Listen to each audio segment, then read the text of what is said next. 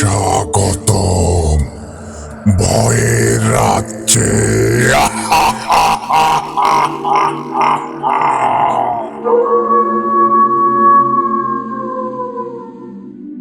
আসসালামু আলাইকুম শ্রোতা বন্ধুগণ, সবাইকে স্বাগতম জানাচ্ছি ভূত আড্ডার আরো একটি নতুন এপিসোডে।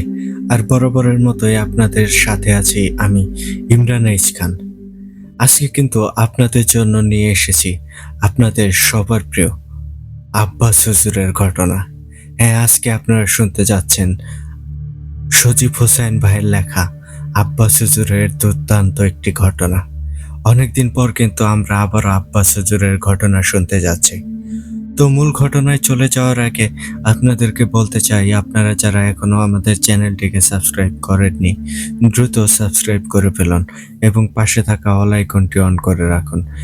এর ফলে কিন্তু আমাদের পরবর্তী সকল আপডেট সবার আগে আপনাদের কাছে পৌঁছে যাবে। আর এছাড়াও যত তাড়াতাড়ি আমাদের 5,000 সাবস্ক্রাইবার পূর্ণ হবে, তত তাড়াতাড়ি কিন্তু আপনাদের জন্য অপেক্ষা করছে তিনটা স্পেশাল ঘটনা। তো 5,000 স্পেশালে আপনাদের জন্য থাকছে কাভারিশ 2.0 ঘটনাটি প্রথমেই। এরপর থাকবে আপনাদের জন্য দায়ানজিনের ঘটনা, সেই সাথে আরিফ ভাইয়েরই আরও একটা মাস্টারপিস ইয়াসিন হুজুরের ঘটনা। আশা করি খুব তাড়াতাড়ি আপনারা 5,000 সাবস্ক্রাইবার হিট করে ফেলবেন এবং এই ঘটনাগুলোর আনন্দ উপভোগ করবেন। তো এখন আর কথা বাড়াবো না, এবার সরাসরি চলে যাব মূল ঘটনায়। চলুন তাহলে শুনে আসি সজীব হোসেন ভাইয়ের লেখা আব্বাস হুজুরের ঘটনা।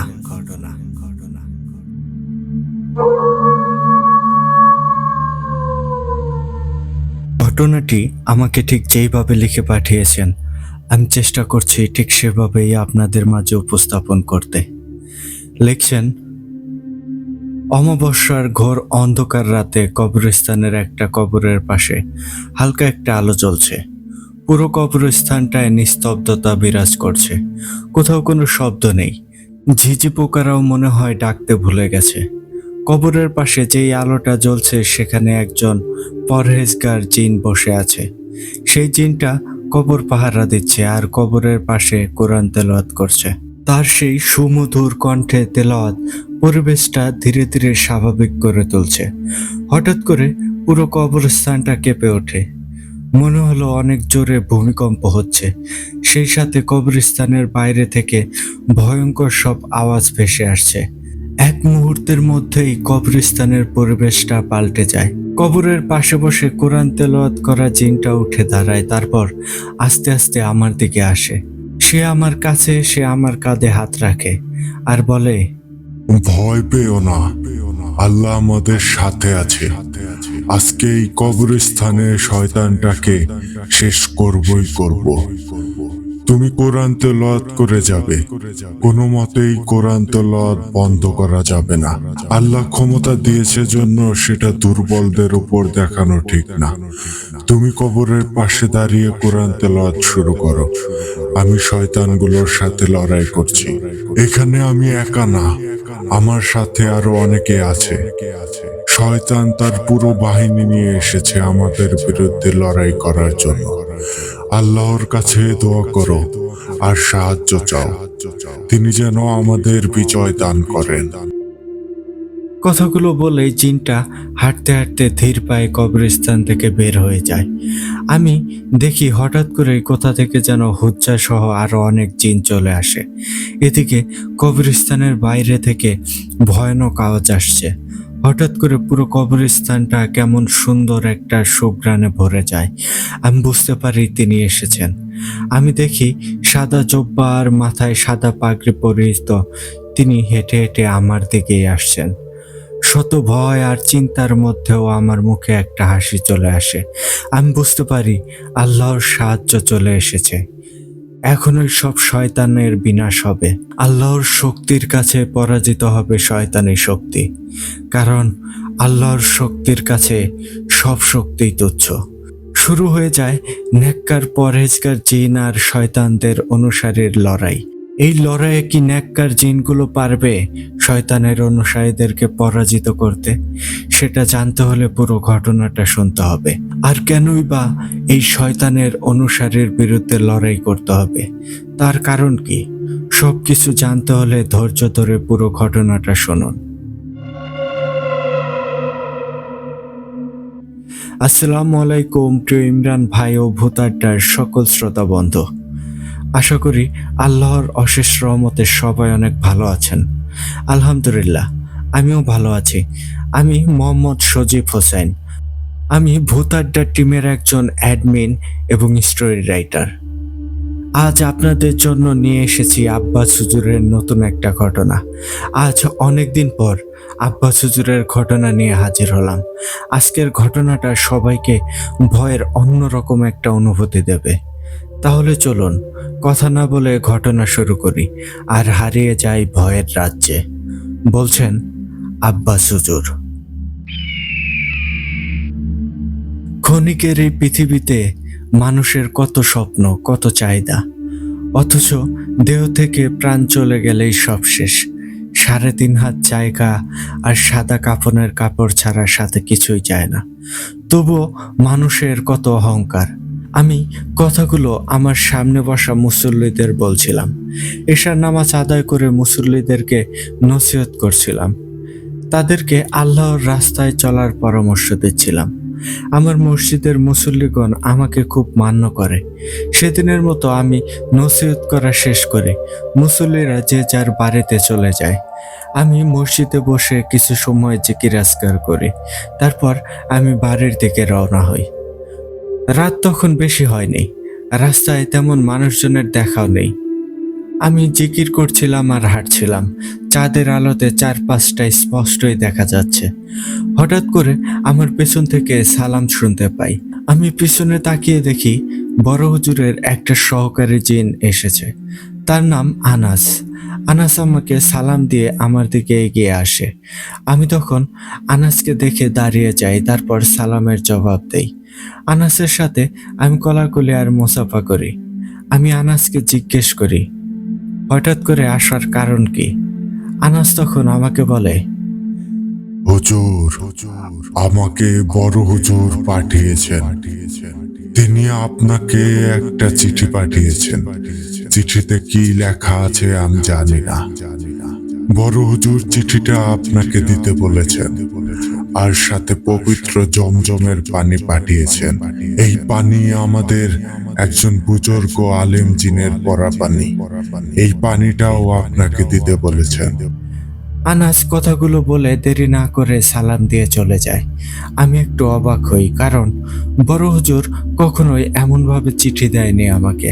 আর পবিত্র জমজমের পরা পানি দেওয়ার কারণটা কি? আমি এইসব ভাবতে ভাবতে বাড়ি চলে আসি। বাড়ি এসে দেখি মা আমার জন্য খাবার নিয়ে বসে আছে। আমি খাবার খেয়ে আমার ঘরে চলে আসি। এদিকে আমি ঘরে এসে চিঠিটা খুলি, তারপর আমি চিঠিটা পড়ি। চিঠিটা পড়ে আমি বেশ অবাক হই। আমার মনের মধ্যে অজানা রহস্য কাজ করে। চিঠিতে লেখা ছিল, আসসালামু আলাইকুম আব্বাস, কেমন আছো তুমি? আশা করি আল্লাহর রহমতে তুমি ভালো আছো। আমি আনাসের মাধ্যমে তোমাকে চিঠি আর পবিত্র জমজমের পানি পাঠিয়েছি। তুমি হয়তো অবাক হতে পারো চিঠিটা পাঠানোর কারণ কি।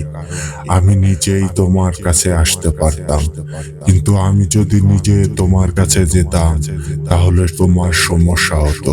তুমি বিপদে পড়তে। তোমাকে যেই কারণে চিঠি লিখেছি সেটা হলো, তোমাকে একটা জায়গায় যেতে হবে, আর সেখানে গিয়ে একটা সমস্যার সমাধান করতে হবে। তোমাকে আবারও ভয়ঙ্কর শয়তানের অনুসারীদের বিরুদ্ধে লড়াই করতে হবে। তোমাকে এখন এতটুকুই বললাম, বাকিটা তুমি নিজেই আস্তে আস্তে জানতে পারবে। আগামীকাল রাতে আনাস তোমার কাছে যাবে। তুমি আনাসের সাথে যেও। আনাস তোমাকে গন্তব্যে পৌঁছে দেবে। আর হ্যাঁ, সব সময় শরীর বন্ধ রাখবে। কারণ তুমি সাধারণ কোনো শয়তানের সাথে লড়াই করবে না, তুমি শক্তিশালী শয়তানের বিরুদ্ধে লড়াই করতে যাচ্ছ। আমার বিশ্বাস আল্লাহ তোমাকে সাহায্য করবে। আমরা তোমার সাথেই থাকবো। তুমি তোমার প্রয়োজনীয় জিনিস নিয়ে কাল রাতেই রওনা দেবে। ইনশাআল্লাহ তোমার সাথে সেখানেই আমার দেখা হবে। নিজেকে প্রস্তুত করে নাও, তোমার জন্য দোয়া রইল। আল্লাহ তোমাকে হেফাজত করুন। আল্লাহ হাফেজ। বড় হুজুরের চিঠিটা পড়ে আমার মনের মধ্যে ভুলভাল চিন্তা ভাবনা চলে আসলো। কি এমন কঠিন কাজ যেটা আমাকে দিয়ে সম্পূর্ণ হবে? বড় হুজুর নিজে যখন কাজটা করতে বলেছে তাহলে অবশ্যই সেটা বড় কোনো সমস্যা। আমি মনে মনে নিজেকে প্রস্তুত করি।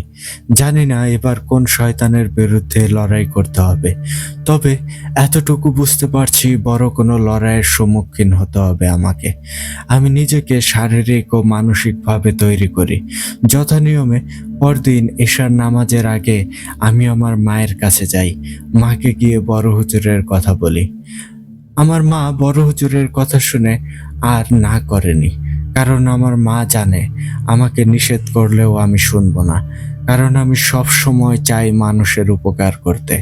আমার মাধ্যমে কেউ যদি উপকার পেয়ে থাকে তার জন্য আল্লাহ আমার ওপর খুশি হবেন। আমি আল্লাহর সন্তুষ্টির জন্য মানুষের উপকার করি। মা আমার মাথায় হাত দিয়ে দোয়া করে দেয়। আমি মায়ের কাছ থেকে বিদায় নিয়ে মসজিদে চলে আসি। এশার নামাজ আদায় করে আমি মসজিদেই থাকি। সব মুসল্লি চলে যাওয়ার পর আমি বসে বসে কোরআন তেলাওয়াত করছিলাম। আস্তে আস্তে রাত গভীর হতে থাকে, কিন্তু আনাসের কোনো খবর নেই। আমি তখন নফল নামাজে দাঁড়িয়ে যাই। 4 রাকাত নফল নামাজ আদায় করে সালাম ফিরিয়ে দেখি আনাস এসেছে। আনাসও নামাজ আদায় করেছে। আমি নামাজ আদায় করে আল্লাহর কাছে দোয়া করি, আমি যে কাজে যাচ্ছি আল্লাহ যেন আমাকে সেই কাজে বিজয় দান করেন। আনাস নামাজ শেষ করে আমাকে সালাম দেয়। আমি সালামের জবাব দিলাম। তারপর আনাস আমাকে কিছু না বলে তার সাথে যেতে ইশারা করে। আমি আনাসের পেছনে পেছনে মসজিদ থেকে বের হয়ে আসি। বাইরে এসেই দেখি একটা সাদা ধবধবে ঘোড়া দাঁড়িয়ে আছে। ঘোড়াটা সাধারণ ঘোড়ার থেকে বেশ বড়। রাত তখন কয়টা বাজে সেটা জানা নেই। চাঁদের আলোতে সাদা ঘোড়াটা চিকচিক করছিল। আনাস গিয়ে ঘোড়ায় বসে, তারপর আমাকে ঘোড়ায় উঠতে বলে। আমি ঘোড়ায় উঠে বসি। আনাস আমাকে তার কোমর ধরে বসতে বলে। আনাস আমাকে আরো বলে, হুজুর, আপনি চাইলে চোখ বন্ধ করে রাখতে পারেন, আবার চাইলে চোখ খোলাও রাখতে পারেন। তবে চোখ খোলা রাখলে ভয় পাবেন না, কারণ ঘোড়াটা আমাদের নিয়ে উঠতে শুরু করবে। ঘোড়াটা আকাশে উঠলে হয়তো আপনি ভয় পেতে পারেন, তবে ভয়ের কিছু নেই। আপনি শুধু আমাকে শক্ত করে ধরে রাখবেন। আমি আনাসের কথা শুনে চুপ করে থাকি। আমি চোখ খোলা রাখার সিদ্ধান্ত নিলাম। আনাস বিসমিল্লাহ বলে ঘোড়ার মাথায় একটা ছোট্ট করে হাত দিয়ে আঘাত করলো। তারপর আস্তে আস্তে ঘোড়াটা আকাশের দিকে উঠতে শুরু করলো। অল্প সময়ের মধ্যেই ঘোড়াটা অনেক উপরে চলে যায়। তখন আমি চারপাশে শুধু কুয়াশা দেখতে পাই। নিচের দিকে তাকিয়েও দেখি সেই একই দৃশ্য। আমি নিচের দিকে তাকিয়ে কোনো বাড়ি, ঘর, গাছপালা কিছুই দেখতে পাই না। আমি আনাসকে শক্ত করে ধরেছিলাম। একসময় ঘোড়াটা আস্তে আস্তে নিচের দিকে নামতে শুরু করে। ঘোড়াটা মাটিতে নেমে যায়। আমি খেয়াল করে দেখি ঘোড়াটা একটা মসজিদের সামনে এসে দাঁড়ালো। মসজিদটা মাটির তৈরি। আমি ভালো করে মসজিদের চারপাশটা খেয়াল করে দেখলাম। আমরা দুজন ঘোড়া থেকে নেমে আসি। আমি দেখি মসজিদের ভেতর থেকে একজন সাদা পাঞ্জাবি পরা বৃদ্ধ লোক বের হলেন। তার বয়স আনুমানিক 70 বছর হবে। আমাদের দেখেই তিনি সালাম দেন। তারপর আমাকে আর আনাসকে মসজিদের ভেতরে নিয়ে যান। আমরা সালামের জবাব দিয়ে তার সাথে মসজিদে প্রবেশ করি। মসজিদে প্রবেশ করেই আমি অবাক হয়ে যাই, কারণ মসজিদের প্রবেশ করেই দেখি মসজিদে একজন শুয়ে আছে। যিনি মসজিদে শুয়ে আছে তাকে দেখে অনেক অসুস্থ মনে হলো। সে ঘুমিয়ে আছে, মুখ দিয়ে নিঃশ্বাস নিচ্ছে। তার শরীরের হাড় ছাড়া যেন আর কিছুই অবশিষ্ট নেই। তখন সেই বৃদ্ধ লোকটা আমাকে বসতে বলে। আনাস তখন আমাকে বলে, হুজুর, আমি এখন আসি। আমার কাজ ছিল আপনাকে এখানে পৌঁছে দেওয়া। আল্লাহর রহমতে আমি আপনাকে সুস্থভাবে এখানে আনতে পেরেছি। আমি এখন আসি। আসসালামু আলাইকুম। কথাগুলো বলেই আনাস চলে যায়। বৃদ্ধ লোকটা তখন আমাকে বলে, হুজুর, আপনার নাম কি তাহলে আব্বাস? আমি হেসে তাকে বলি, জি, আমারই নাম আব্বাস। আর আমাকে আপনি করে বলবেন না, আপনি আমাকে তুমি করেই বলবেন। বৃদ্ধ লোকটা তখন আমাকে বলে, আচ্ছা, তুমি করেই বলবো। তবে তোমাকে এখানে আসার কারণ কিছু বলা হয়নি। তুমি আস্তে আস্তে সবকিছু জানতে পারবে। আমি হলাম এই মসজিদের ইমাম। দীর্ঘ 40 বছর ধরে এই মসজিদে ইমামতি করছি। এখানে ইমামতি করতে গিয়ে আমার সাথে অনেক জিনের পরিচয় হয়, তেমন বড় হুজুরের সাথেও পরিচয় হয়। বড় হুজুর এখানে মাঝে মাঝে নামাজ আদায় করতে আসেন, সেখান থেকেই বড় হুজুরের সাথে আমার পরিচয়। আমি বৃদ্ধ ইমাম সাহেবের কথা শুনে অবাক হই। দীর্ঘ 40 বছর ধরে তিনি একই মসজিদে ইমামতি করছেন।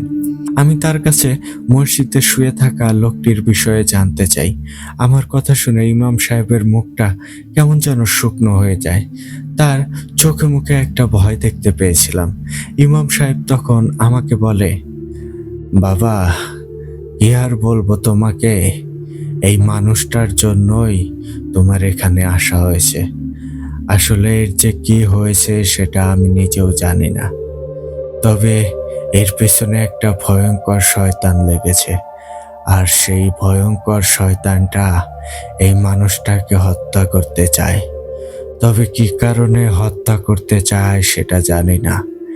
এই লোকটার নাম জাকির কবিরাজ। তিনি একজন কবিরাজ।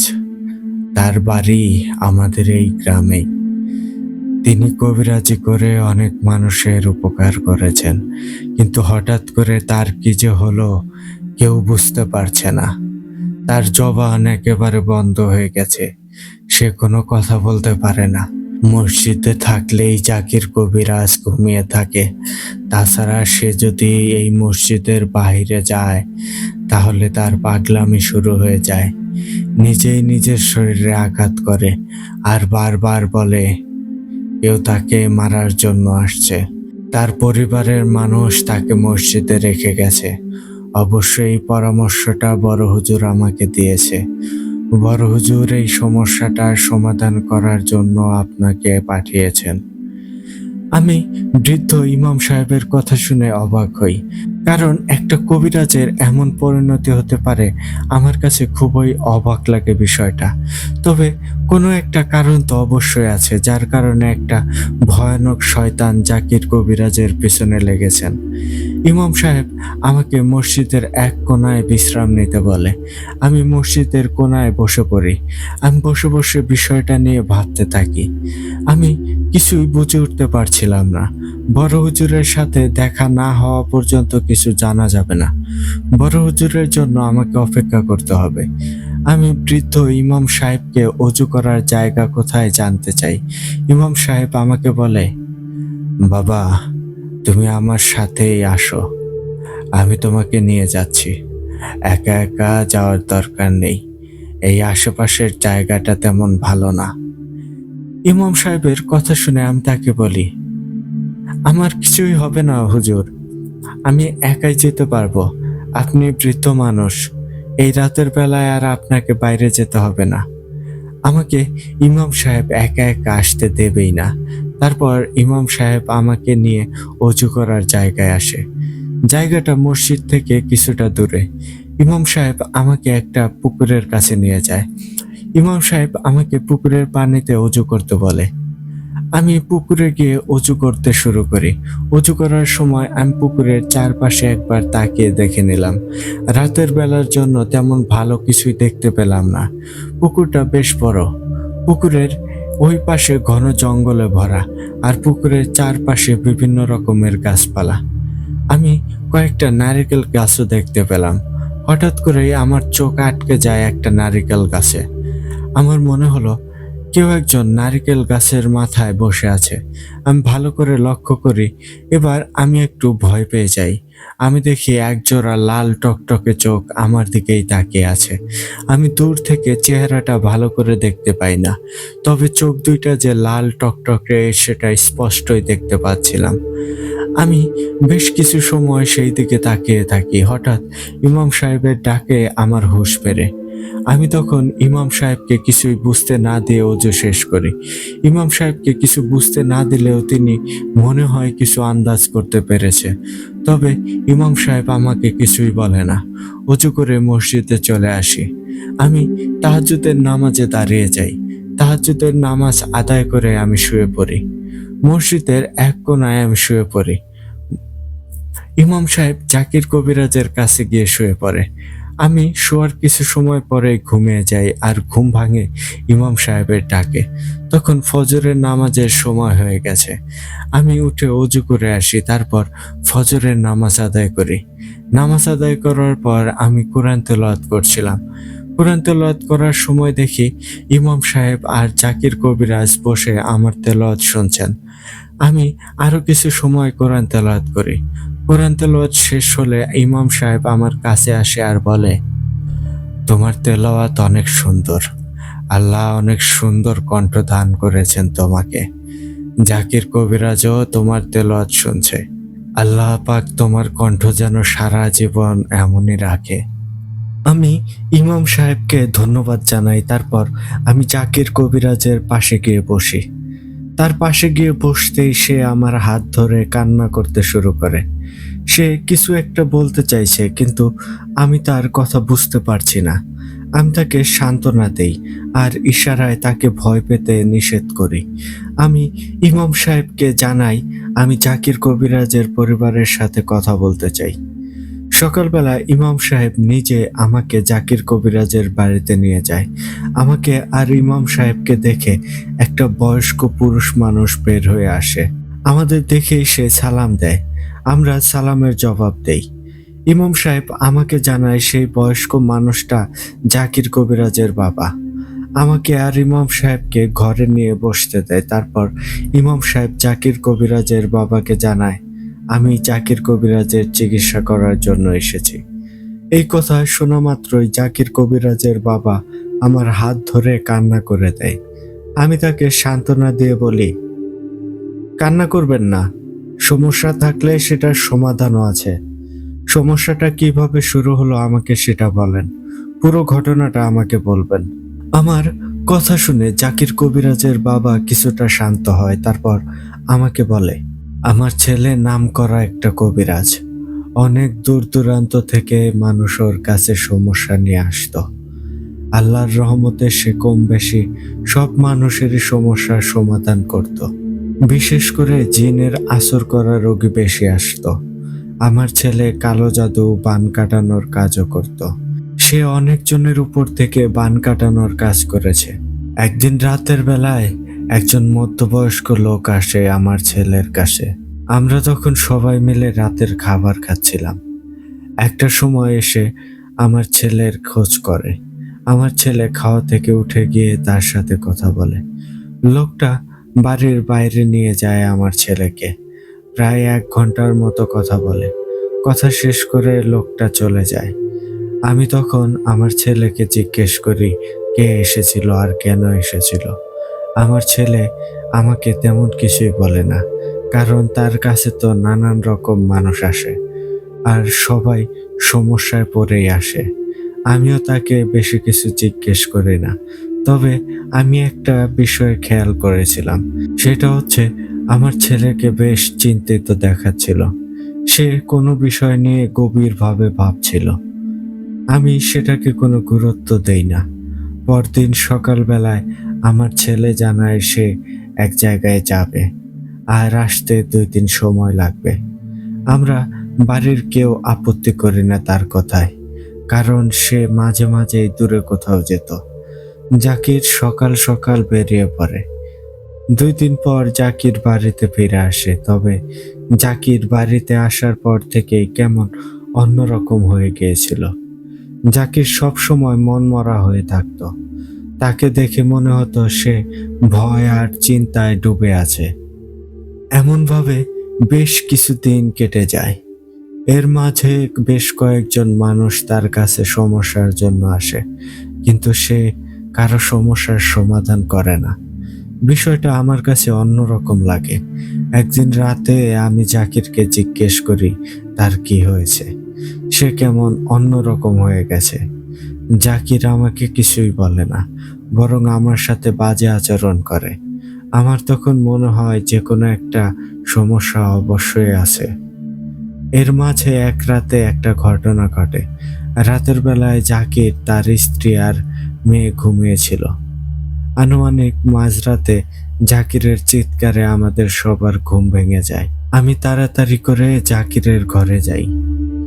জাকিরের ঘরে গিয়ে দেখি জাকির ঘরের এক কোণায় চুপ করে বসে আছে আর বিড়বিড় করে কি সব বলছে। ওর কথা আমরা কেউ বুঝতে পারছিলাম না। আমি তখন জাকিরের স্ত্রীকে জিজ্ঞেস করে কি হয়েছে। জাকিরের স্ত্রী জানায় সে কিছু জানে না। হঠাৎ চিৎকার শুনে তার ঘুম ভেঙে গেছে। ঘুম ভাঙতেই দেখে জাকির ঘরের এক কোণায় বসে আছে। আমি তখন জাকিরের কাছে যাই। জাকিরের কাছে যেতেই জাকির ভয় পায়। জাকির আমাকে দূরে সরে যেতে বলে। জাকির তখন বারবার বলছিল, ও ও আমাকে মেরে ফেলবে, ও আমাকে বাঁচতে দেবে না, ও সবাইকে মেরে ফেলবে, ওর হাত থেকে আমরা কেউ বাঁচতে পারবো না। কথাগুলো বলার পর জাকির নিজেই নিজের শরীরে আঘাত করতে থাকে। অনেক কষ্টে জাকিরকে থামানো হয়। সেই রাতটা কোনো রকম ভাবে পার করি। পরদিন সকাল থেকেই জাকির আর কথা বলতে পারে না। তার জবান বন্ধ হয়ে যায়।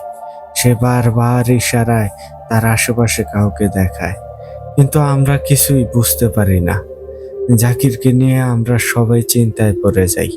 হঠাৎ করে কি এমন হলো? জাকির যে 2 দিনের জন্য এক জায়গায় গিয়েছিল, সেখান থেকেই হয়তো সমস্যা হয়েছিল।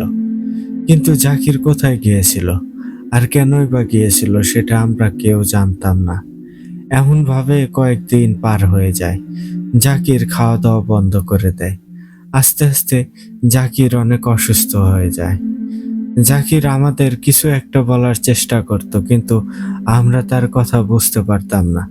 গ্রামের মানুষ জেনে যায় জাকিরের এই অবস্থার কথা। গ্রামের মানুষ জাকিরকে দেখতে আসে। যারা দেখতে আসতো সবাই জাকিরকে দেখে কষ্ট পেত, কারণ জাকির গ্রামের মানুষের অনেক উপকার করেছে। এক রাতের ঘটনা, জাকিরের এই সমস্যার জন্য আমি জাকিরের সাথে থাকতাম। জাকিরের স্ত্রী আর মেয়ে অন্য ঘরে থাকতো। সেই রাতে আমি ঘুমিয়েছিলাম। হঠাৎ করে আমার খুবই ঠান্ডা লাগে। এত ঠান্ডা লাগছিল মনে হয় আমি জমে বরফ হয়ে যাব। ঘুম ভেঙে আমি উঠে বসি। আমি কিছুই বুঝে উঠতে পারছিলাম না, কারণ তখন ছিল বৈশাখ মাস, গরমের সময়। আর এই সময় এত শীত লাগবে এটা অসম্ভব। শীতে আমার কাঁপুনি উঠে যায়। ঘর অন্ধকার থাকায় আমি কিছু দেখতে পাই না। আমার কেমন যেন অন্যরকম লাগছিল। আমার মনে হলো পুরো ঘরটাই যেন বরফের মতো ঠান্ডা হয়ে গেছে। আমি তখন আমার পাশে থাকা জাকিরকে ডাক দিলাম। জাকিরের কোনো সাড়া শব্দ পেলাম না। আমি অন্ধকারের মধ্যে বিছানায় হাত দিলাম, কিন্তু জাকিরকে পেলাম না।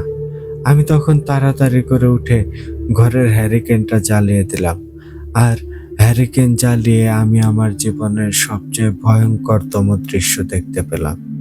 আমি দেখি জাকির ঘরের মেঝেতে হাঁটু মুড়ে বসে আছে, আর জাকিরের সামনেই একটা ভয়ঙ্কর মানুষ বসে আছে, যার চেহারার বর্ণনা দেওয়া প্রায় অসম্ভব। সেটা দেখতে মানুষের মতো হলেও ঠিক মানুষ না। তার মাথায় বড় বড় জটপাকা চুল, আর চোখের জায়গায় চোখ নেই। সেখানে 2টা বড় বড় গর্ত। সেখানে আগুনের গোলার মতো কিছু একটা জ্বলজ্বল করছে, আর মুখটা অনেক বেশি লম্বা। মুখের মধ্যে 4টা বড় বড় দাঁত। 4টা দাঁতই খুবই ধারালো আর সূচালো। উপরের 2টা দাঁত পাকা হয়ে আছে। পুরো শরীরে কালো লোমে ভরা। শরীরের লোমগুলো যেন চকচক করছিল। এই দৃশ্য দেখে ভয়ে আমার শরীর আরো বেশি ঠান্ডা হয়ে যায়। সেই ভয়ানক জিনিসটা জাকিরের সামনে বসে আছে। জাকির সেই জিনিসটার পা ধরে বসে আছে। হঠাৎ সেই জিনিসটা আমার দিকে তাকায়। আমার দিকে যখন তাকালো মনে হলো তার চোখের জায়গার আগুনটা আরো বেশি জ্বলে উঠল। তখন সেই অবয়ব আমার দিকে তাকিয়ে ভয়ঙ্কর আর বীভৎস একটা হাসি দেয়। তার হাসির কোনো আওয়াজ হয় না। এদিকে জাকির সেই ভয়ানক জিনিসটার পায়ের কাছে বসে আছে। আমি চোখের সামনে এমন দৃশ্য দেখে ভয় চিৎকার করে উঠি, কিন্তু আমার গলা দিয়ে কোনো আওয়াজ বের হয় না। সেই ভয়ানক জিনিসটা তখন জাকিরের দিকে তাকায়, তারপর বীভৎস একটা হাসি দেয়। তারপর ঘরের বেড়া ভেদ করে চলে যায়। সেই ভয়ানক জিনিসটা চলে যাওয়ার সাথে সাথে জাকির অজ্ঞান হয়ে যায়। আমি তখন ভয়ে কাঁপছিলাম। আমি তখন একটু শান্ত হয়ে জাকিরকে তুলে বিছানায় নিয়ে আসি, তারপর বাড়ির মানুষদের ডাকি। সবাই আমাকে জিজ্ঞেস করে কি হয়েছে। আমি যা যা দেখেছি সব কিছুই বলি। আমার কথা শুনে সবার চোখ মুখ শুকিয়ে যায়। সেই রাতটা কোনো মতো পার করি। তারপর আমি মসজিদের ইমাম সাহেবের কাছে যাই। ইমাম সাহেব আমার বাড়িতে আসেন। তিনি জাকিরকে দেখে কিছু বুঝতে পারেন না। ইমাম সাহেব ঝাড়ফুঁক করে দিয়ে চলে যায়। জাকির সারাদিন অজ্ঞান হয়েছিল। সন্ধ্যার পর জাকিরের জ্ঞান ফেরে। জ্ঞান ফিরতেই জাকির ভয়ানকভাবে চিৎকার শুরু করে দেয়।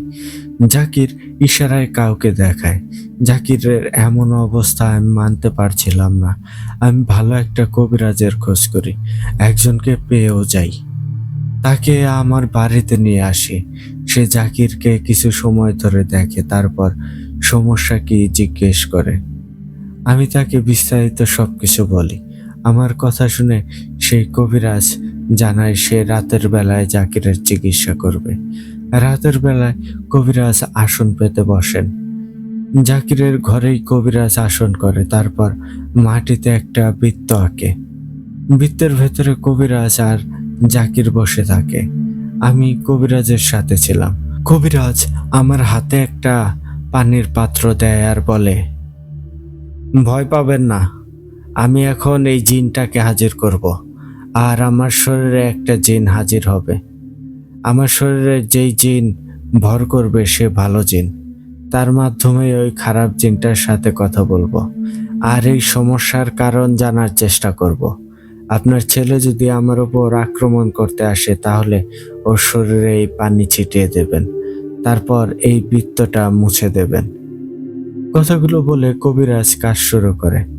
আমার তখন ভীষণ ভয় লাগছিল। কবিরাজ মনে মনে দোয়া পড়ে। জাকির চুপ করে কবিরাজের সামনে বসেছিল।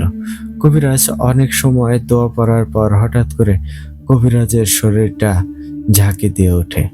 কবিরাজের শরীর ঝাঁকি দিয়ে আবার আমার দিকে তাকায়, তারপর একবার জাকিরের দিকে তাকায়। আমি কবিরাজকে দেখেই ভয় পাই, কারণ কবিরাজের চোখে কোনো মনি ছিল না। কবিরাজ তখন ভয়ঙ্করভাবে হাসতে শুরু করে, আর এদিকে জাকিরও হঠাৎ চিৎকার শুরু করে দেয়। জাকির চিৎকার করতে করতে উঠে দাঁড়ায়, তারপর বৃত্ত থেকে বের হয়ে আসে। জাকির আমাকে জড়িয়ে ধরে। হঠাৎ এমন কেন হলো আমি বুঝতে পারলাম না। তখন আমাকে অবাক করে দিয়ে কবিরাজ কথা বলে ওঠে। তবে কবিরাজের কণ্ঠটা ছিল খুবই ভয়ানক। অনেকজন একসাথে কথা বললে যেমন শব্দ শোনা যায় ঠিক তেমন কণ্ঠ, আর কণ্ঠটা খুবই গম্ভীর। কবিরাজ তখন বলে, তুই সামান্য কবিরাজকে নিয়ে এসেছিস আমাকে হাজির করার জন্য। এর মতো হাজার কবিরাজ আসলেও আমার কিছু করতে পারবে না। তোকে একটা কথা বলি, শুনে রাখ, তোর ছেলেকে তুই বাঁচাতে পারবি না। ওর মৃত্যু অনেক কষ্টদায়ক হবে। ওকে আস্তে আস্তে কষ্ট দিয়ে মারবো। তোর ছেলে কষ্ট পাবে কিন্তু কিছু বলতে পারবে না। তুই যত বড় হুজুর কবিরাজ নিয়ে আসিস না কেন, তোর ছেলের মৃত্যু অবধারিত। কথাগুলো বলেই কবিরাজ অজ্ঞান হয়ে যায়। আমি তখন তাড়াতাড়ি করে কবিরাজের চোখে মুখে পানি ছিটিয়ে দিয়ে তার জ্ঞান ফেরাই। জ্ঞান ফেরার সাথে সাথে কবিরাজ উঠে দাঁড়ায়, তারপর আমাকে বলে, এই কাজ আমাকে দিয়ে হবে না, কারণ এই জিনটা অনেক বেশি শক্তিশালী। আমার যে জিনটা ছিল সে ভয়েই এখানে আসেনি, আর সেই শয়তান জিনটা আমার শরীরে ভর করেছিল। সে নিজের ইচ্ছা মতো এসে নিজের ইচ্ছা মতো চলে গেছে। আপনারা বুজুর্গ কোনো লোকের সন্ধান করুন, তা না হলে আপনার ছেলেকে বাঁচাতে পারবেন না। আমি এর বেশি কিছু বলতে পারবো না। কথাগুলো বলেই সেই কবিরাজ চলে যায়। তার কথা শুনে আমার পুরো শরীর ঠান্ডা হয়ে যায়। আমি বুঝতে পারছিলাম না আমার কি করা উচিত। তারপর থেকে কোনো হুজুর কবিরাজ আমার বাড়িতে আসে না, বাড়ির বাইরে থেকেই চলে যায়। সবাই যাওয়ার আগে বলে যায়, অনেক বড় বুজুর্গ লোক ছাড়া এই কাজ করা সম্ভব না। আমি পরে ইমাম সাহেবের সাথে বিষয়টা নিয়ে কথা বলি। তিনি আমাকে জানায় সে কিছু একটা করবে। তারপর সে আমাকে জানায় জাকিরকে মসজিদে রাখতে। এই সমস্যার সমাধান না হওয়া পর্যন্ত সে মসজিদেই থাকবে। ইমাম সাহেব জানায় সে একজনকে নিয়ে আসবে। সে আপনাকে নিয়ে এসেছে, আপনি কিছু একটা করেন। আর আমার ছেলেটা কি এইভাবে মারা যাবে? তার এই পরিণতি আমি দেখতে পারবো না। কথাগুলো বলেই জাকির কবিরাজের বাবা অঝরে কান্না করে। সেখানে জাকির কবিরাজের মা, স্ত্রী, সন্তানও চলে আসে। তারাও আমাকে অনুরোধ করে। আমি সবাইকে বলি, আমি জানি না এই সমস্যার সমাধান করতে পারবো কিনা, তবে আমি আমার সর্বোচ্চ দিয়ে চেষ্টা করব। আল্লাহর উপর ভরসা রাখুন আর আল্লাহর কাছে সাহায্য চান। আল্লাহর শক্তির কাছে শয়তানের শক্তি তুচ্ছ, তাই সব সময় আল্লাহর উপর ভরসা রাখবেন। আমি আজ রাতে আপনাদের বাড়িতে আসবো, আর আজকে সন্ধ্যার পর জাকির কবিরাজকে বাড়িতে নিয়ে আসবেন। বাড়িতে এনে তাকে অজু গোসল করিয়ে পবিত্র করে রাখবেন, আর খাঁটি সরিষার তেলের জোগাড় করে রাখবেন। আমি রাতের বেলায় আবারও আসবো। তারপর আমি আর ইমাম সাহেব মসজিদে চলে আসি। আমি জাকির কবিরাজের সব সমস্যার কথা শুনলাম, কিন্তু কেন যে এমনটা হচ্ছে সেটা বুঝতে পারলাম না। আমি তখন বড় হুজুরের সাথে সাক্ষাৎ করার অপেক্ষায় ছিলাম। মাগরিবের নামাজের পর জাকির কবিরাজের বাবা এসে তাকে বাড়িতে নিয়ে যায়। মাগরিবের নামাজের পর আমি আমল করতে বসি। আমি হুজ্জার সাথে যোগাযোগ করার চেষ্টা করি, কিন্তু হুজ্জা আসে না। এশার নামাজের আগ পর্যন্ত আমি আমল করি। এশার নামাজের আগে আমার ওয়াশরুমে যাওয়ার দরকার হয়। ওয়াশরুমটা ওই পুকুরের পাশেই ছিল। আমি ওয়াশরুমে যাই। আমি যখন ওয়াশরুমে ঢুকি তখন আমার মনে হলো ওয়াশরুমের বেড়াসহ সবকিছুই যেন কাঁপছে। আমি তাড়াতাড়ি করে ওয়াশরুম থেকে বের হয়ে আসি, কিন্তু ওয়াশরুম থেকে বের হতেই আমি হতভম্ব হয়ে যাই, কারণ আমি আমার চারপাশে শুধু ফাঁকা মাঠ দেখতে পাচ্ছি। যত দূর চোখ যায় শুধু ফাঁকা মাঠ। আমি বুঝতে পারি এটা অস্বাভাবিক কিছু। তখন আমার শরীর অপবিত্র। তারপরও আমি দোয়া পড়ে শরীরটা বন্ধ করি। আমি চারপাশে ভালো করে খেয়াল করি। আমি জানি আমি যা দেখছি সবকিছুই মায়াজাল। আমাকে ভয় দেখানোর জন্য এইগুলো করা হচ্ছে। আমি মনে মনে দোয়া পড়ি। হঠাৎ করে আমার কানে একটা ভয়ানক কণ্ঠ ভেসে আসে। কেউ উচ্চ স্বরে হাসছে। মনে হচ্ছে সেই কণ্ঠটা বাতাসে ভেসে বেড়াচ্ছে। আমার মনে হলো আমার চারপাশে কেউ ঘোরাঘুরি করছে। হঠাৎ করে অদৃশ্য থেকে কেউ আমাকে একটা জোরে থাপ্পড় মারায়। থাপ্পড়টা খুবই জোরে ছিল। সত্যি বলতে থাপ্পড় খেয়ে আমার মাথা ঘুরে যায়। আমি সেখানে বসে পড়ি। আর তখনই আমার কানে একটা কণ্ঠ বলে ওঠে, তোকে এবারের মতো ছেড়ে দিলাম, কিন্তু তুই যদি ওই বাড়িতে যাস তাহলে সেখানেই তোর মৃত্যু হবে। তুই কালই এখান থেকে চলে যাবি। আমার কথা না শুনলে এর পরিণতি কিন্তু অনেক ভয়ানক হবে। তোকে পৃথিবীর কোনো শক্তি বাঁচাতে পারবে না। কথাটা মনে রাখিস। যদি বাঁচতে চাস কালকেই এখান থেকে চলে যা। কথাগুলো বলার পর কণ্ঠটা বাতাসে মিলিয়ে যায়। আমি তখন উঠে দাঁড়াই। তারপর দেখি সবকিছুই স্বাভাবিক। আমি পুকুর পাড়ে গিয়ে অজু করে মসজিদে চলে আসি। আমি বুঝতে পারছিলাম এই শয়তানটাই জাকির কবিরাজের পিছনে পড়ে আছে। আমার মনে মনে ভীষণ রাগ হয়। সে আমাকে আঘাত করেছে। আমি শান্ত হয়ে থাকি আর সময় হলে তাকে উপযুক্ত শাস্তি দেব। এশার নামাজ আদায় করে আমি আর ইমাম সাহেব জাকির কবিরাজের বাড়ির দিকে রওনা হই। তখন রাত 8টার মতো বাজে। রাত হওয়ায় চারপাশটা বেশ অন্ধকার ছিল। আমি আর ইমাম সাহেব দুজনে কথা বলতে বলতে হাঁটছিলাম। রাস্তায় তখন মানুষজন ছিল না। জাকির কবিরাজের বাড়িতে যাওয়ার সময় রাস্তার একটা ফাঁকা জায়গা পড়ে। আমি সেই ফাঁকা জায়গায় চলে আসি। হঠাৎ করে আমি দূরে কিছু একটা দাঁড়িয়ে থাকতে দেখি। আমি আর ইমাম সাহেব থেমে যাই। ইমাম সাহেব আমাকে হঠাৎ থামার কারণ জিজ্ঞেস করে। আমি তখন ইমাম সাহেবকে সামনে তাকাতে বলি। ইমাম সাহেব দূরে কাউকে দাঁড়িয়ে থাকতে দেখে। অন্ধকারের জন্য স্পষ্ট দেখা যাচ্ছিল না। আমি আর ইমাম সাহেব কিছুটা সামনের দিকে এগিয়ে যাই। কিছুটা সামনে এগিয়ে যেতেই দেখি সেখানে কালো আলখেল্লা পরা একজন দাঁড়িয়ে আছে। তার চেহারা দেখা যাচ্ছে না, তবে তার উচ্চতা সাধারণ মানুষের মতো না। কম করে হলেও 20 হাতের মতো হবে তার উচ্চতা। ইমাম সাহেব সেই কালো আলখেল্লা পরা জিনিসটাকে দেখে ভয় পেয়ে যায়। আমি ইমাম সাহেবকে সাহস রাখতে বলি। ইমাম সাহেবকে আমার পেছনে দাঁড়াতে বলি। আমি ইমাম সাহেবকে দোয়া পরে তার শরীর বন্ধ করে নিতে বলি। সেই কালো আলখেল্লা পরা জিনিসটা আমাদের থেকে 20 হাত দূরে দাঁড়িয়ে আছে। হঠাৎ সেই আলখেল্লা পরা জিনিসটা কথা বলে ওঠে। তার কণ্ঠটা ছিল খুবই গম্ভীর আর মোটা। সেই আলখেল্লা পরা জিনিসটা আমাকে উদ্দেশ্য করে তখন বলে, তোকে না ওই বাড়িতে যেতে নিষেধ করা হয়েছে? তুই তারপরও কেন যাচ্ছিস? কাজটা তুই ভালো করছিস না। এখনো সময় আছে, তুই ফিরে যা। যদি তুই না যাস তাহলে কিন্তু তোর জীবনে আর সকাল হবে না। আজকের রাতটাই তোর জীবনের শেষ রাত। আমি তখন তাকে উদ্দেশ্য করে বলি, শয়তান, তোর যদি এতই সাহস থাকে তাহলে আমার কাছে আয়। দূরে দাঁড়িয়ে আছিস কেন? সামনাসামনি এসে কথা বল। একটা কথা শুনে রাখ, আমার এই জীবন দিয়েছেন আল্লাহ, আর জীবন নেওয়ার মালিকও আল্লাহ। আমি একমাত্র আল্লাহ ছাড়া আর কাউকেই ভয় পাই না। আর আমি ওই বাড়িতে যাব। তোর শক্তি থাকলে আমাকে বাধা দিস। আমার কথাগুলো শুনে আলখেল্লা পরা জিনিসটা খুবই রেগে যায়। তারপর সে রেগে গিয়ে আমাকে বলে, তুই সাধারণ একটা মানুষ হয়ে আমাকে হুমকি দিস? তুই জানিস না আমি কে? আমাকে হুমকি দেওয়ার শাস্তি কতটা ভয়াবহ সেটা তুই বুঝতে পারবি। তোর সাথে সামনাসামনি লড়াই হবে। এখানেই তোকে শেষ করে দেব।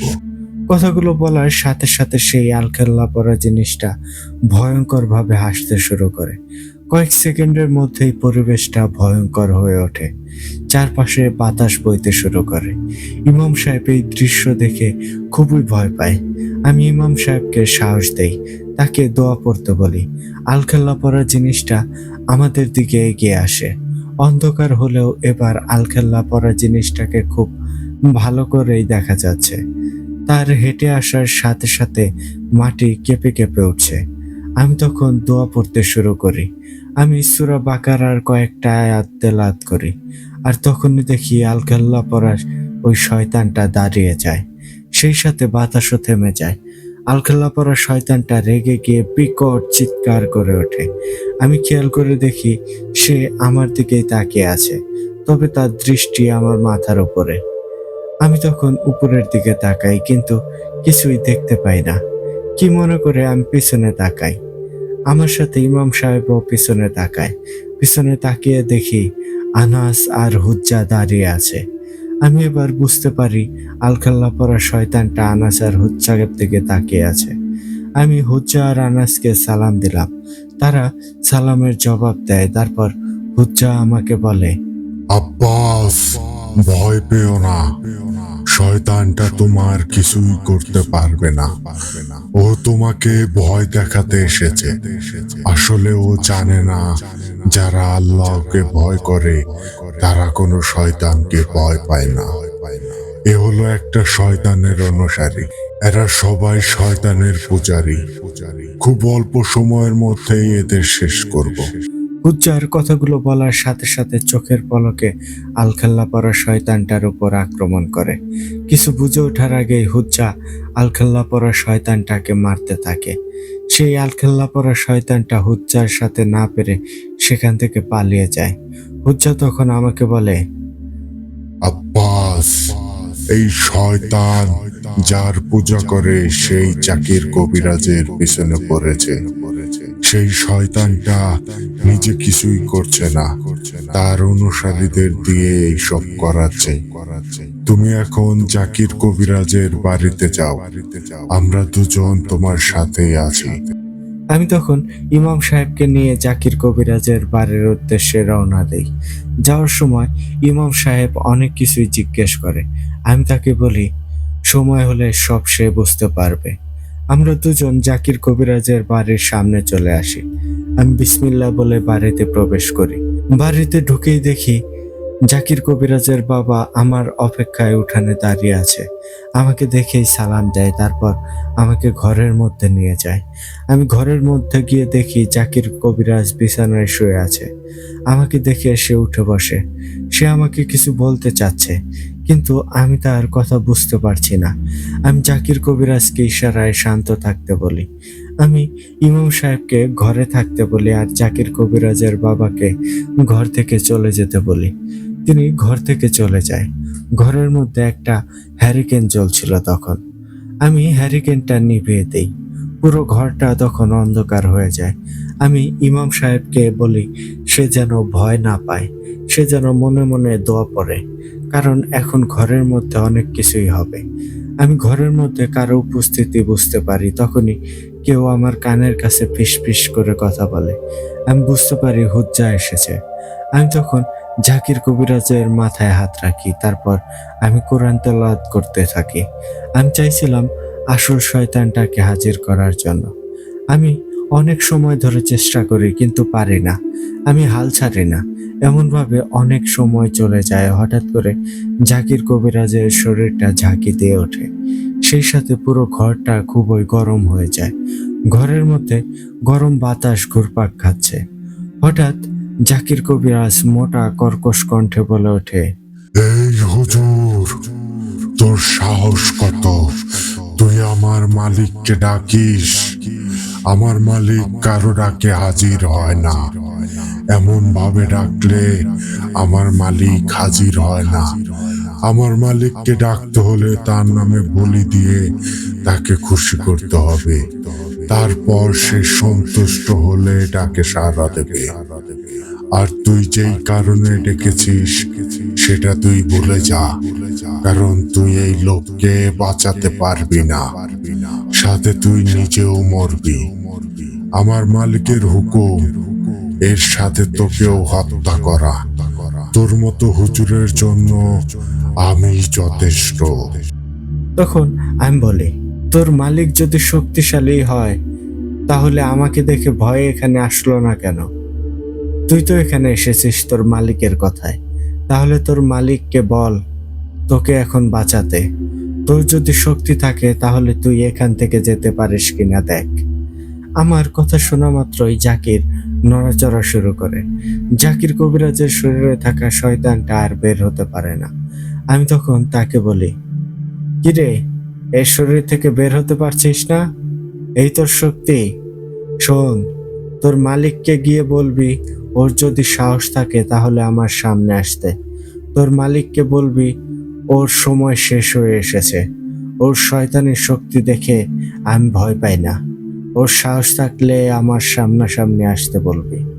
আমার কথা শুনে জাকির কবিরাজের শরীরে থাকা শয়তানটা তখন বলে, আমাকে ছেড়ে দে, আমি চলে যাচ্ছি। আমি কথা দিচ্ছি আমি আর কোনোদিনও এখানে আসবো না। আমাকে জানে মারিস না, আমাকে মাফ করে দে। ওকে বল আমাকে ছেড়ে দিতে। আমি অনেক দূর চলে যাব, আমি আর শয়তানের সাথে থাকবো না। আমি আমার গোত্রের কাছে ফিরে যাব। আল্লাহর দোহাই লাগে, আমাকে ছেড়ে দে। আমি তো তার কথা শুনে অবাক হয়ে যাই। সে কার কথা বলছে? তাহলে কি আমার বন্ধু এখানে এসেছে? তখন আমি আমার কাঁধে হাতের স্পর্শ পাই, বুঝতে পারি আমার বন্ধু চলে এসেছে। আমি তখন জাকির কবিরাজের শরীরে থাকা শয়তানটাকে ছেড়ে দেই। সে চলে যায় আর জাকির কবিরাজ তখন অজ্ঞান হয়ে যায়। আমি তখন একটা সালামের শব্দ শুনতে পাই। তখনও হারিকেন নেভানোই ছিল আর ঘরটা অন্ধকার ছিল। আমি সালামের জবাব দিলাম। আমি জানি সুলতান এসেছে আর সুলতানকে দেখেই সেই শয়তানটা ভয় পেয়েছে। সুলতান তখন কথা বলে ওঠে। আমি তখন সুলতানকে বলি, তুমি হঠাৎ করে এভাবে এখানে চলে আসলে? হুজ্জা আর আনাস তো এখানেই আছে। সুলতান তখন বলে, আব্বাস, আমি এখানে না আসলে অনেক বড় কিছু হয়ে যেত। তুমি তো ঘরের মধ্যে আছো, কিন্তু এই বাড়ির বাইরে ওই শয়তানের অনেক অনুসারীরা ঘুরে বেড়াচ্ছে।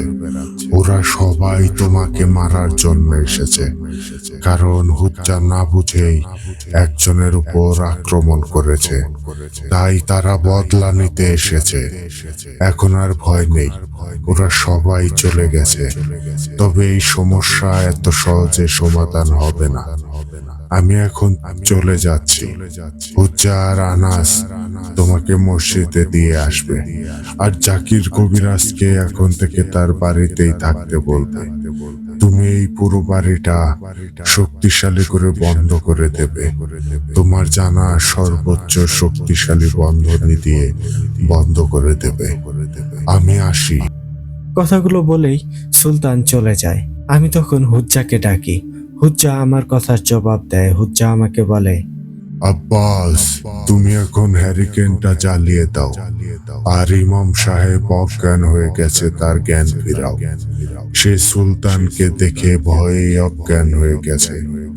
আমরা বাড়ির বাইরে তোমার জন্য অপেক্ষা করছি। আমাকে হুজ্জা কথাগুলো বলেই চলে যায়। আমি তখন হ্যারিকেনটা জ্বালিয়ে দেই। হ্যারিকেনের আলোয় দেখি ইমাম সাহেব বিছানায় অজ্ঞান হয়ে আছে, আর তার পাশেই জাকির কবিরাজ অজ্ঞান হয়ে আছে। আসলে এত কিছুর ভেতরে ইমাম সাহেবের কথা আমার মনের ভেতরেই ছিল না। আমি ইমাম সাহেবের জ্ঞান ফেরাই। জ্ঞান ফিরতেই ইমাম সাহেব উঠে বসে। তাকে দেখেই বোঝা যাচ্ছে সে ভীষণ ভয় পেয়েছে। আমি তখন ইমাম সাহেবকে বলি, ভয় পাবেন না। আপনি যাকে দেখেছেন সে আমার বন্ধু। সে একজন ভালো এবং শক্তিশালী জিন। ইমাম সাহেব আমার কথায় শান্ত হয়। তারপর আমি জাকির কবিরাজের বাবাকে ডাকি। তিনি আসলে তাকে বলি, আপনার ছেলে এখন অজ্ঞান হয়ে আছে। তাকে এখন আর ডাকার দরকার নেই। ফজরের নামাজের সময় হলে তাকে ডেকে নামাজ আদায় করতে বলবেন। সেই সাথে আপনারা সবাই নামাজ আদায় করবেন। আমি আপনাদের বাড়িটা বন্ধ করে দিয়ে যাব। ভয় পাবেন না। আল্লাহকে ডাকেন আর তার কাছে সাহায্য চান। আমি এখন তাহলে আসি। আবার কাল রাতে আসব। এর মাঝে সমস্যা হলে আমাকে জানাবেন। এরপর আমি আর ইমাম সাহেব মসজিদের উদ্দেশ্যে রওনা দেই। কিছু দূর যেতেই দেখি হুজ্জা আর আনাস দাঁড়িয়ে আছে। তারা দুজন আমাদের দিকে এগিয়ে আসে। ইমাম সাহেব আগে কখনো হুজ্জা আর আনাসকে দেখেনি। আমরা বিভিন্ন কথা বলতে বলতে মসজিদে চলে আসি। আমরা মসজিদে আসার পর হুজ্জা আর আনাস চলে যায়। আমি ইমাম সাহেবকে ঘুমাতে বলি। তারপর আমি মসজিদে গিয়ে নামাজ আদায় করি। কিছু সময় কোরআন তেলাওয়াত করি। কোরআন তেলাওয়াত শেষ করে আমি মসজিদের এক কোণায় শুয়ে পড়ি। রাতে ঘুমের মধ্যে একটা ভয়ানক স্বপ্ন দেখি। স্বপ্ন দেখে আমার ঘুম ভেঙে যায়। আমি সাথে সাথে উঠে বসি। আমার হঠাৎ করে কি যেন হলো। আমি মসজিদ থেকে বের হয়ে যাই। আমি পুকুর পাড়ে যাই। আমি সবকিছুই বুঝতে পারছি। আমার মনে হচ্ছে আমার শরীরে কেউ একজন নিয়ন্ত্রণ করছে। আমি অনেক চেষ্টা করেও আমার শরীরকে নিয়ন্ত্রণ করতে পারছিলাম না। আমি এক পর্যায়ে সোজা পুকুরে নেমে যাই। পুকুরে নামতেই মনে হলো কেউ আমার পা ধরে টান দিল। আমার পা ধরে টেনে আমাকে পানির নিচে নিয়ে যাচ্ছে। আমি নিজেকে বাঁচানোর জন্য ছটফট করি, কিন্তু আমি সেই শক্তির সাথে পেরে উঠি না।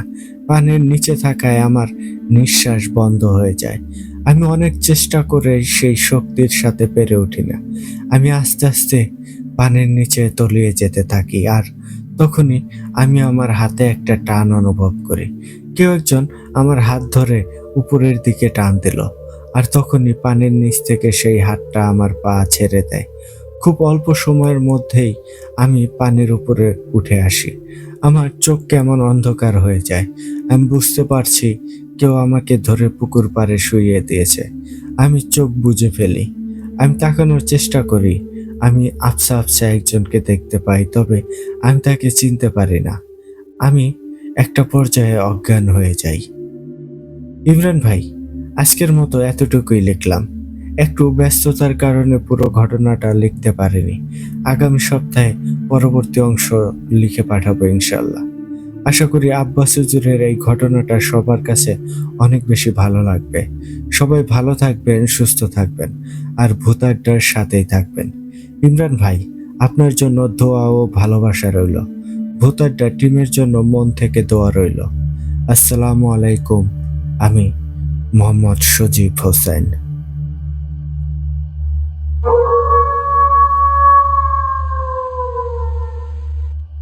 ধন্যবাদ সজীব হোসেন ভাই, এত সুন্দর একটা ঘটনা আমাদের সাথে শেয়ার করার জন্য।